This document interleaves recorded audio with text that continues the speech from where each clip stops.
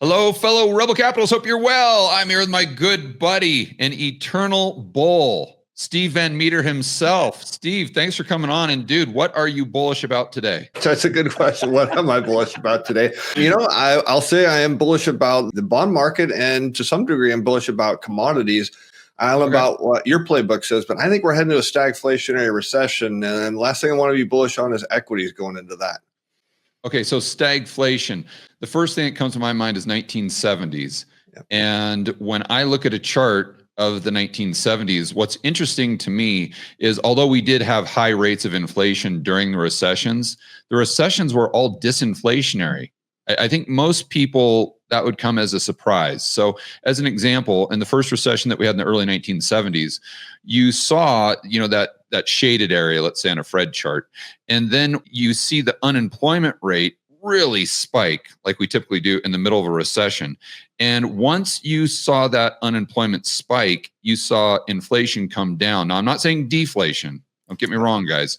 I'm saying disinflation. So let's just assume that in 1974, 75, the CPI was 12%. Let's just assume that. Once you got that spike in unemployment during the recession, the CPI came down to, let's just say, 4 or 5%. And then you get out of the recession, and then you have the next reacceleration of consumer prices. So how are you defining stagflation? Because for me, I think the probability is if we do have a recession, it'll most likely be disinflationary, not necessarily deflationary. Yeah, I think we could see deflation, but stagflation is simply a period where you have rising unemployment and rising inflation. So just kind of like you pointed out, that as you go into the recession, the inflationary pressures start to go away, but it's the inflationary pressures leading into the recession that becomes a problem. Okay. You look at things like average hourly earnings, and they typically are growing during that period. So you'll hear from policymakers and the Fed saying, well, we don't understand. People are getting more, they're making more money. What a lot of them are missing is it's the hours worked are getting cut. So it's pretty simple. Employee comes in, you say, hey, I'm going to give you a raise. By the way, I'm going to cut your hours by, a couple this week. And next thing you know, their take home pay is shrinking. Prices are going up. They can't afford as much. So what starts to happen is eventually the employers start to lay people off. That's where you see that ramp of the unemployment claims or continued claims heading higher. And the price pressures don't stop until you hit kind of an inflection point where there's so many people on unemployment that their spending power is decreased because their incomes are way down. Then, as you know, George, that's where businesses are like, oh, I've got all this inventory. It's not moving. I must lower my prices. So again, you don't necessarily get deflation because we have gotten deflation in the past, but the typical move is disinflation. You've got to have a huge amount of inventory built up in the system to get outright deflation, or say a crash in energy prices for that to happen. Do you think that is a possibility? I'm just thinking this through, because if all of these businesses are front-running tariffs, then that could be an inventory build, right? So if you get that big inventory build, these businesses are assuming that the economy is going to be as it is right now, indefinitely into the future. So if they front-run the tariffs, increase the inventory way above where it otherwise would have been, and then you do get a slowdown in the economy, could that bring us to a point of deflation? Yeah, absolutely, George. So kind of what we're seeing right now, just as you mentioned, and it makes perfect sense. So if you're a business and tariffs are coming, you go to the manufacturer and say, I'll take everything you can make. Because as soon as prices go up, it's not like you're going to have two spots in your store and say, here's the pre-tariff and here's the post-tariff price. No, you're going to raise all of your prices. And a lot of businesses are desperate to do that now because they've been squeezed at the margin. So in a sense that on one hand, they're saying, oh, we don't want tariffs, but secretly they're like, God, we really need them so we can raise our prices. And what they're hoping is consumers are just going to come in and buy. What they don't realize is consumers can't afford prices now. In fact, we just saw from Foot Locker today, they're saying, look, we discounted stuff and even that's struggling to move. So you're going to get higher prices to consumers. They're going to spend even less. And then, of course, at some point, you're going to see this mass discounting from retailers. They're going to have absolutely no choice. And you did mention the inventories were high to begin with. And yeah, this front running of the tariffs is just going to add more to that.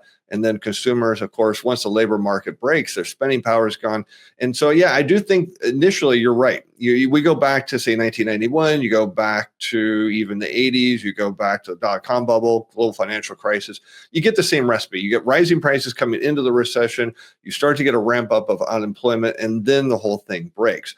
So you see the stagflationary cycle repeat over and over. Now, the ultimate question is, do we get a global financial crisis like just deflation? Is it possible? Yes.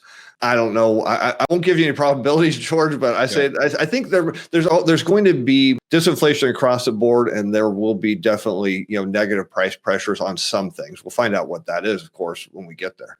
Yeah, I think it's all about liquidity.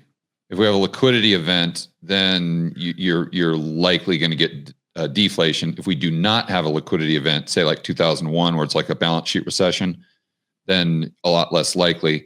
I want to go back to what you're saying there. You're talking about prices going up and the consumer spending less. I think that's counterintuitive for most people, because they're like, wait a minute, Steve, if my costs are going up, then I've got to pay those costs. So I'm going to be spending more money. But what you're talking about is really robbing Peter to pay Paul. That's what I say on this channel all the time. So it's like the cost of the stuff you have to have, the food on the table, the roof over your head, is going up, and it's taking a greater percentage of your overall paycheck, which means you have less and less and less money to spend on other things, the stuff you want, let's say. And those businesses have to then drop prices to a point where they can't drop anymore because they've decreased margins to a point where they're not making any money. So then they've got to lay off workers, and that spikes the unemployment rate. You get aggregate demand going down, and then it kind of goes into that cycle. Right, exactly. That's kind of exactly how it starts. You see rent, food, energy prices go up, and the next thing you know, the ability for a household to spend on the discretionary side of the economy, it does decrease a little bit. And that starts to backfeed. But kind of the bigger issue is, as inflation goes up, what you find out is businesses initially, they're actually taking a cut at the margin, and at some point they don't want to anymore. So the employees are coming in and saying, look, boss, I'm falling behind. So they're like, okay, I'll give you a raise. But as soon as demand for their product or services drops, they start cutting hours. So then what you actually start to see transmit into the labor market is that people are making more money in terms of their hourly wage, but their take-home pay, because their hours are getting cut, is shrinking. And then, as you said, the rent's going up, food prices going up, energy prices go up, and there's only one natural thing is like, hey, you want to take the family out for dinner? And you go, well, we can't.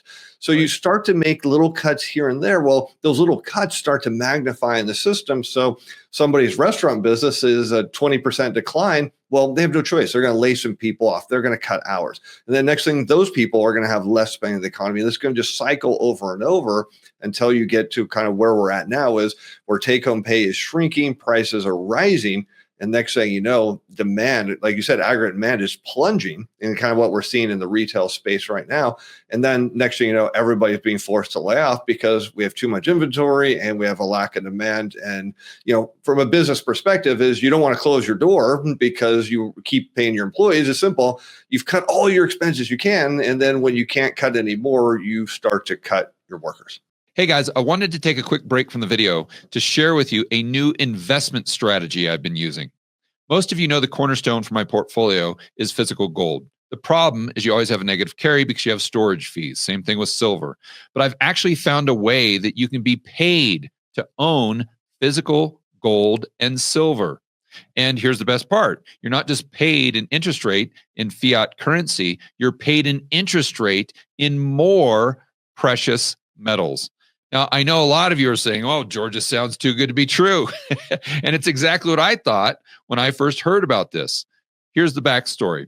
I get a lot of businesses that come to me and say, George, we want to sponsor your videos. Usually I turn them down because it's not really a good fit. But I had a company come to me the other day called Monetary Metals. And when they were walking me through what they do in their business model, I thought to myself, this is a complete no-brainer. In fact, it sounded so good, I set up an account myself, and it's been going extremely well. So I said, sure, sponsor a couple videos, because this is a service that I think would be hugely beneficial to my audience. So here's how it works. You can go ahead and set up an account with them and fund it with your existing precious metals, or you can buy directly from them, usually a little less than 1% over spot. And right now, as we speak on the platform, there's opportunities to be paid about 4% interest. So again, this is not in fiat currency. They're paying you in additional precious metals. So if you deposit, let's say 100 ounces of gold with them, at the end of the year, you'll have 104 ounces of gold. So to join the thousands of investors, including yours truly, who are being paid to own physical gold and silver, you can go to monetary-metals.com/gammon. That's monetary-metals.com/gammon. Yeah, it's funny. I had a conversation with Chris Irons from the QTR podcast the other day, and he was talking about his experience going into a Target. And I didn't even realize this because I don't spend much time in the US anymore. But Target is now locking up basically everything. And in this Target that he goes to, they lock up the toothpaste. And so I guess you got to go in there and like hit a button or like some sort of bell in order to get the person to come over. And he said like in the whole entire store, they've got like one employee that's there just unlocking things. So just get a tube of toothpaste, you got to wait for 10 minutes. And then when you go to pay for it, of course, they're not hiring any workers as cashiers. So you've got to do that job now. You got to self-scan and self-pay and everything. And you've got this giant, like 20,000 square foot, mega box store like Target that's got like 2 or 3 employees running around. And I think that's a result of exactly what you're saying.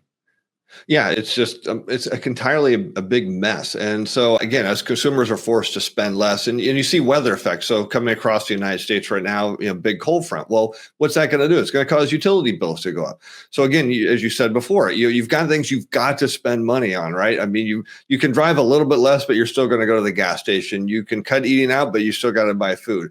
But when it gets cold out and you turn the heat on, or it gets hot and you turn the AC on, well, that bills are going up too. And there is going to be a sacrifice, and it's going to come all on the discretionary side of the economy. That's kind of why we're starting to see the services sector slow down now, George. I mean, before people said services was lead the the U.S. economy and the global economy out of the slump. We said, no, the manufacturing sector spends so much money on services that if the manufacturing slows down, services will backflow. Sure enough, that's happening. And now what are we hearing from the services sector? Demand's dropping. They're still, buying stuff to sell. But again, they're seeing demand go down, and that means employees got to go. I try to think through what would cause me, outside of government spending and doing the same things that we did during the cerveza sickness, what would cause me for my base case to switch from more disinflation and recession to something like we saw in the 1970s. And for me, it's all about incomes. Because if I saw incomes going up at the same rate as the prices of the stuff you need, well, okay, then they're not going to have to rob Peter to pay Paul anymore. They're still going to have that discretionary income to go ahead and spend at Target or the restaurant or whatever it is. And as a proxy for that, a broad proxy, I try to look at M2 money supply and then maybe like loans and leases. So if I saw M2 going up like this, then I'd be a little bit more confident in that base case switching over to, okay, we're probably going to have a reacceleration, not just stagflation, but a reacceleration of consumer prices going back up to, as measured by the CPI, 5, 6, 7, what have you. But unless I see that M2 money supply growth, in other words, the extension of credit, I'm assuming that that's not going to flow down to the income of the average Joe and Jane, and then they're going to be stuck in the position that we just described. That's what I use as a proxy. What metric do you use? Yeah, I don't look at the M2. I look at really, as far as we're talking about this, I look at credit card debt a lot. I'm really interested to see what people are charging, or at least in terms of dollar amounts, because we saw going into the end of the year, and it makes perfect sense. People thought tariffs were coming. They had every reason to believe it. So, hey, I can't afford a lot of this stuff, but I certainly can't afford it when it gets tariffed. So I'm going to take out my credit card and charge a bunch. And now what are we seeing in the first part of the year? Is that spending on credit cards is plunging in a big way. And so to me, the U.S. economy is built around, buying things you don't need with money you don't have. And so credit debt to me is really critical because, I'm not so much concerned about the money supply, because if you see rising inflation, you should see rising wages. But in the case where we're likely to see consumer prices reaccelerate, mainly because manufacturers are assigning higher input prices, services sector saying, look, we got to give out bigger raises, and we're going to pass this along to the consumer. So, okay, so we know prices are going to go up, but if you look at the hours worked, they're going back down. I mean, they're going down. There's the lowest level post-pandemic we've seen. Okay. So in the end of the day, I look at the fact, as you said, robbing Peter to pay Paul. Well, credit card data says they've robbed Peter, and then they robbed him again, and then they did it one more time. And now with their wages shrinking, I think they're going to get tapped out. Okay, so that's an interesting way to look at it. It makes a lot of sense. So if I can just paraphrase what you're saying there, if you didn't see this huge draw on credit cards, then that would lead you to believe that incomes are going up at a pace to where it's not impacting their discretionary spending. But if you see the credit card usage spike higher, that's telling you, okay, their incomes aren't going up enough. And then once you see the big spike, you see it start to drop lower. That, in your mind or in your model, would mean that the consumer is just waving the white flag and they're completely tapped out and there's just no more credit to extend. And therefore, they're just going to have to reduce spending. Yeah, there's two ways to look at it. So in a booming economy, you actually see rising credit card debt, and it's a good thing because it's pretty simple, right? You're my boss, George. I go in and talk to you about my wages. Hey, Steve, you've done really good. I'm going to give you a bonus. And that's going to get paid in 2 weeks. And I'm really excited. So I'm like, I'm going to go out and buy that new whatever. And I'm going to go charge on my credit card. So that spending and then money flowing from incomes, it kind of snowballs. And then you see the economy grow. Going into a recession, it's different as people tap out their credit cards, and they do it because they've tapped out a lot of things. And they're like, well, wait a minute, I'm about to lose my job or things are getting worse. So I'm going to go grab all the credit I can before the bank figures it out and cuts me off. Now, today we had something very interesting. You saw a big spike in refinances. Now, you've been in the real estate business forever, so it would make sense that when interest rates go down, people would refi more. Now, interest rates are relatively high. I think they've come down a bit, but not a substantial number. My bet, George, is a lot of these people are refining at a higher rate. Now you think, well, why would they do such a silly thing like that? Oh, yeah. Well, it's pretty simple. If I've maxed out all my other credit, what's one place they do have credit? Right. I got it in my house. I got home equity. So to me, what I'm seeing here is people maxed out their credit cards. The economy didn't respond. We didn't see wage growth. We're not seeing increased hours. And now they're turning to their home. And we saw this happening during the financial crisis. People tapped out their home equity. Things got worse. And then all of a sudden they couldn't pay anything. And then they lost their home. What metrics do you use to time these things? Because it's very difficult. It's I think, impossible. If you look at the unemployment rate spike, if you look at the yield curves, if you look at all these things, you can determine that there's a high probability, but my goodness gracious, the 2-year treasury inverted for like 2 years, if not longer. And with the front end, with the front end rates and the 10-year, now we've re-inverted. So it's like, when does this? And usually that what happens, just for the viewer, is you get the inversion, let's say in the 3-month and the 10-year, and then the curve inverts, it starts to steepen out, and that's normally when the stuff hits the fan. But what we've seen this time is the stuff not hitting the fan yet, and then that 10-year treasury yield coming back down even lower than the 3 months. So you see an inversion, an uninversion, and then a re-inversion. So it's like, what the hell is going on here, Steve? And how on earth can you time when let's just say the stuff is hitting the fan? Yeah, you can't really time it, but there's a point in the labor market, whether it's the unemployment rate, continued claims, or hours worked, where you see kind of an inflection point. And if you look back at prior cycles, all you can see is that was the point, and I can look back and see it. Is that the same point every time? It's not. But as you kind of mentioned, the yield curve here, and that's kind of interesting because, again, terrible timing mechanism, but it gives you an idea of what's coming. Is we didn't see that bull steepener coming out of the inversion, and we should have seen the front end of the curve plummet. But the Fed's pegging it because they refuse to really lower rates. So that's the other issue, is usually you see a bull steepener come out of this because the Fed's panicking and saying, oh shit, we got to cut rates. Well, this time they're saying we're not going to cut rates because we're fixated on inflation. course, I think that's hilarious, George, because I look back at prior cycles, the Fed's cut into rising inflation every time because they cut into stagflation. It's the labor market. And at the end of the day, the Fed only really cares about the labor market. The other stuff is just noise. But as far as timing this, there is no way to time it, but the labor market tells you when it's game over. And you just made a great point that I don't think a lot of people realize. And that's in these cycles, often you see the CPI go up before it crashes down. And let's just go back to 2008, because I've studied that quite extensively. When they started cutting rates, September 18th, 2007, they dropped by 50. We all know that. And then in 2007, they dropped by 100. And then they kept dropping and dropping and dropping. Well, when they started in 2007, the CPI was right around 3.5. And if you fast forward to July of 2008, the CPI was 5.6. 5.6. So we're sitting here talking about a reacceleration of inflation when the CPI has gone from 2.4 to 3%, up 60 basis points. Think about what was happening then when it was up 200 basis points and the Fed was still cutting massively into that. I mean, they were saying the exact same thing back then, that the Fed's cutting way too much. The economy is on fire. They're going to restoke inflation. And then 2 months later, after they're talking about the Fed needing to hike rates are at zero. And 6 months later, you're at negative 2% CPI. So and that's just something that I think is lost. I didn't even know that until I went back and did the research for a whiteboard video, that we had such a big jump in the CPI, even in the 2008 cycle. Yeah, and you see that going into virtually every recession. You see the same kind of effect. If you look at the CPI, you see it rising, and then you can look at total incomes. What I like to do, George, is I take the average hourly earnings, this of production and non-supervisory employees, and I multiply it by the average number of hours they work. So to me, that creates the total income of a worker.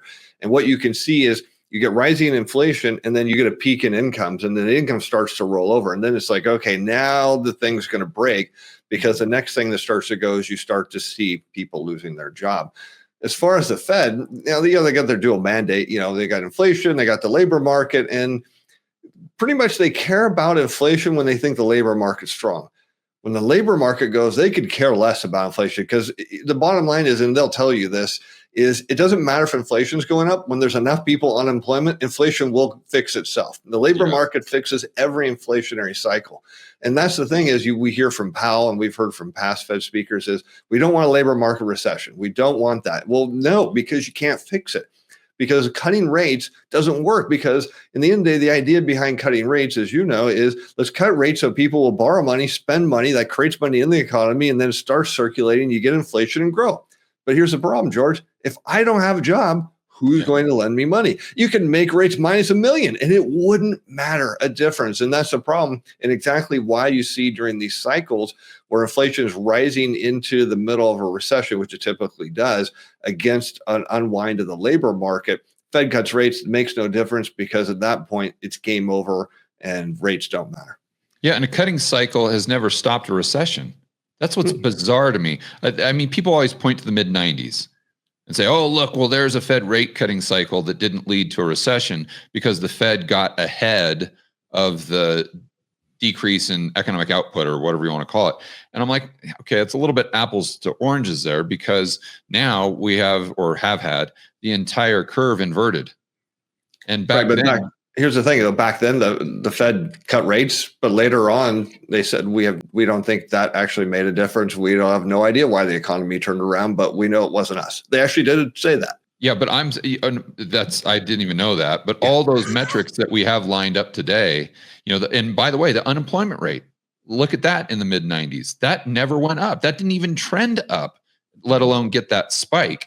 So what we've seen now is it trend up from 3.4 up to 4.2. Yes, it's down to 4%. But if history repeats, which again, no certainties, only probabilities, but if it does, you'll see that spike, because all these other metrics are lined up with the Fed rate cutting cycle, which we didn't see in the only anomaly, let's just say going back to, I don't know, the early 1970s. Yeah, and there's some easy ways to tell the economy is slowing down, kind of in my book. One is you can ask your barber. They're really great. Guys will get their hair cut about every 4 or 5 weeks or so, but going into recession, they'll extend it. And all you have to do is ask them, so what's going on? And they'll tell you. They know the numbers pretty well. I look at restaurants as great, George.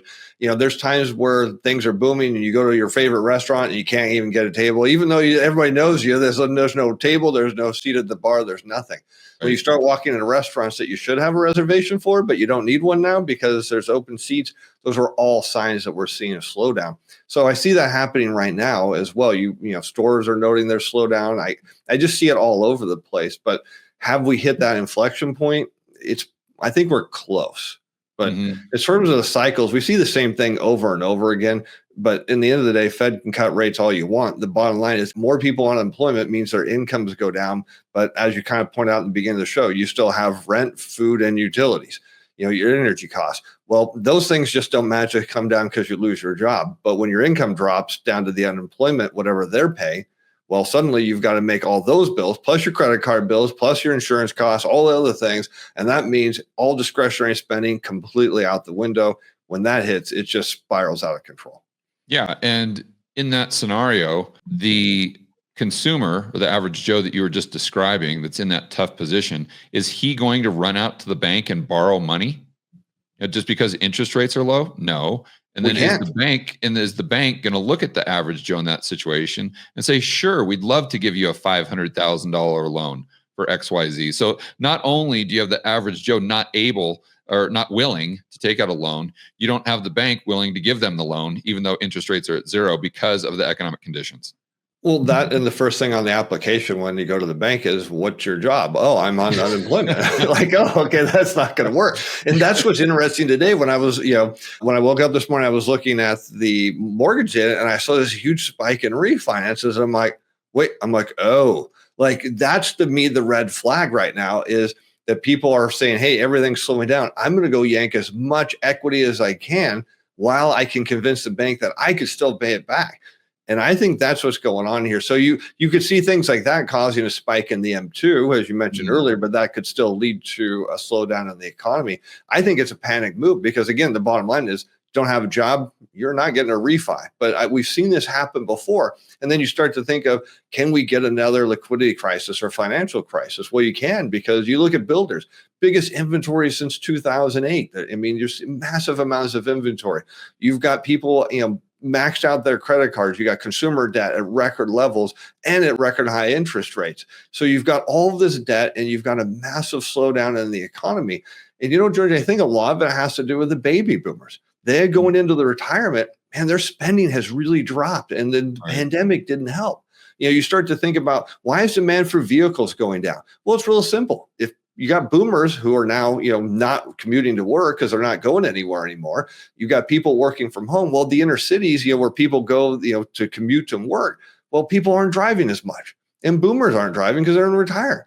So what happens? Demand for vehicles goes down. You look at why companies like Starbucks are having issues. Well, because when people went to work, they stopped and got coffee. They picked up breakfast. They drove their car. They had to buy clothes. They used fuel. They did all these things that drove consumption. And now they're not. So I think this is one of those cases where we could face a liquidity crisis. And I think it has all the timing to do with this huge wave of baby boomers going into retirement.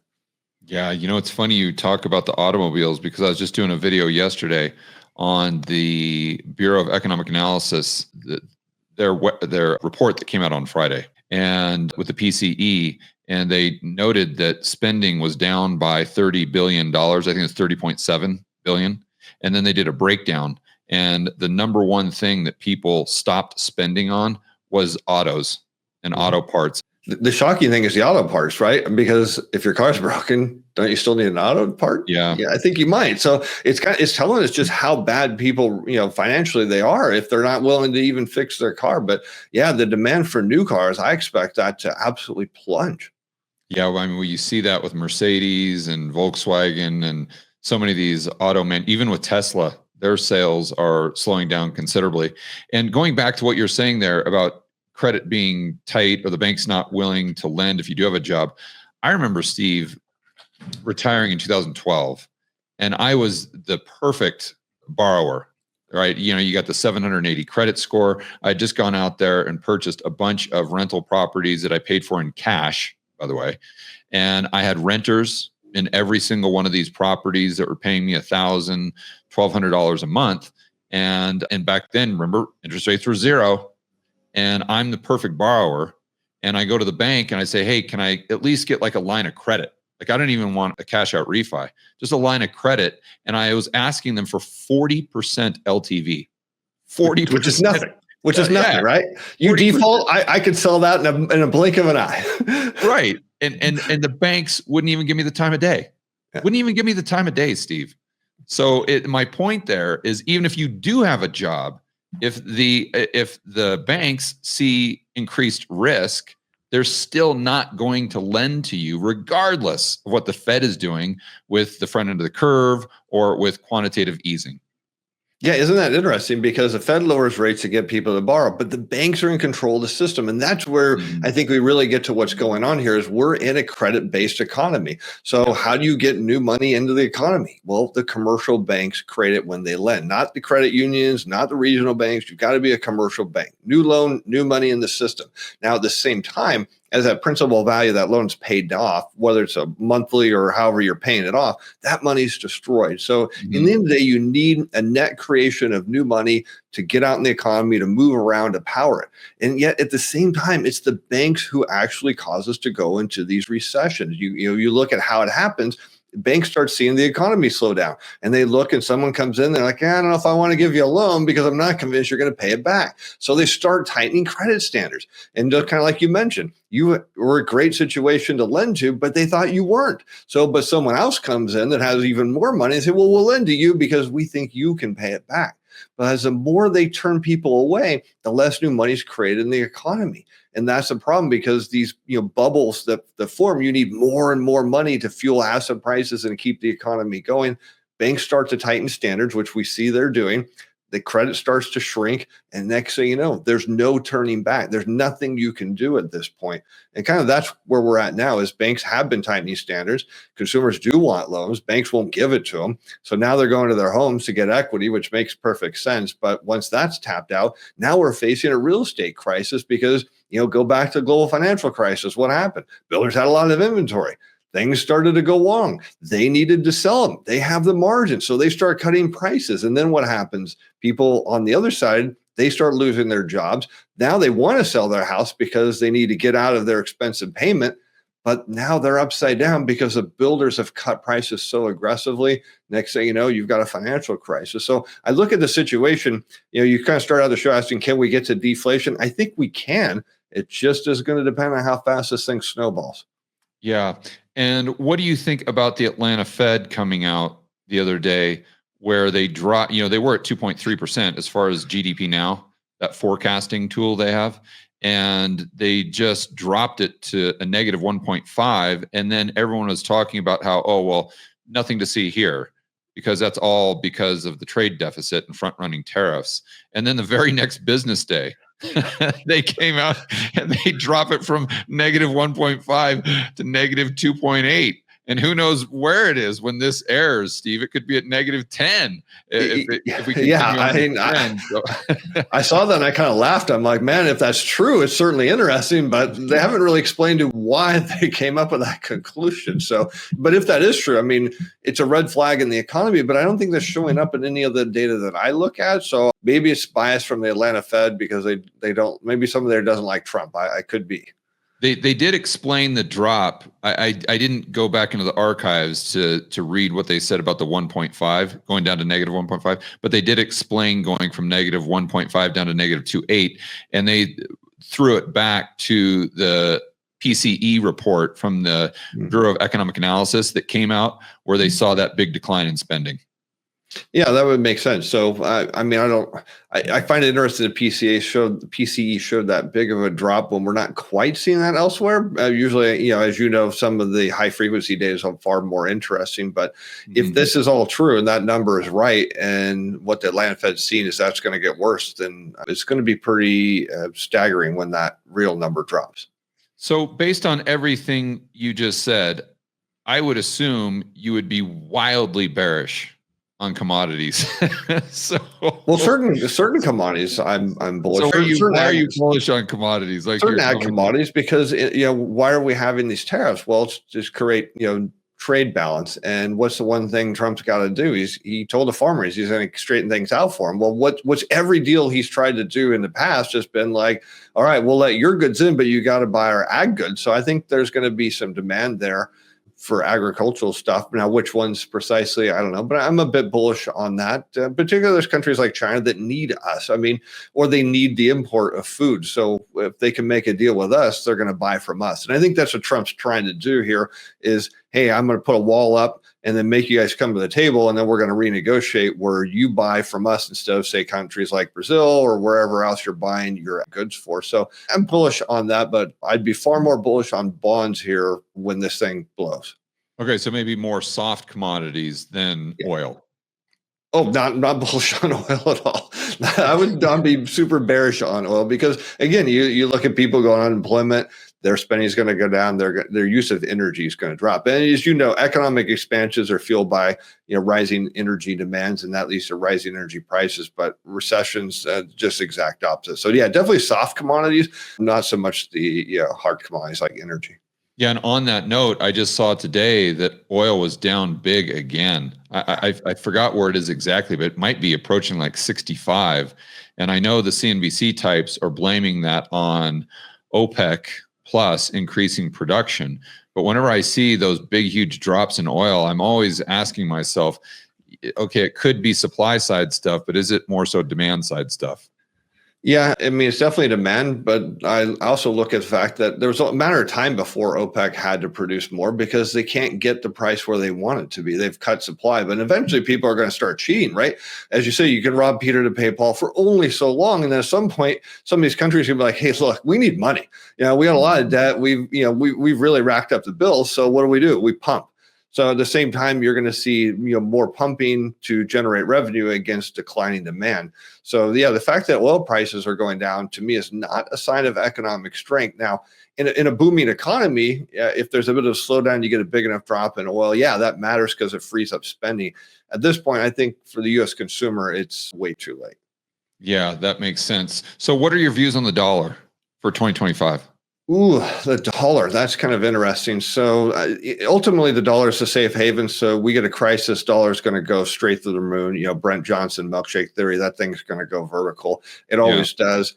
Right now, we're seeing some weakening. I think in the short term, barring we don't get some catastrophic hit to the economy, in the near term, I think the dollar weakens. And then there's some point where things start to fall apart. And next thing you know, interest rates come down, Fed starts cutting, and the dollar's just going to go straight up. Yeah. So I think most people would hear that and say, well, Steve, if the Fed is cutting, doesn't that mean that the dollar would go down because of interest rate differentials? But I'm assuming what you're implying is that if the Fed is cutting down to 1 or 0, whatever they're cutting, the ECB and the Bank of Japan are going to be cutting a lot faster.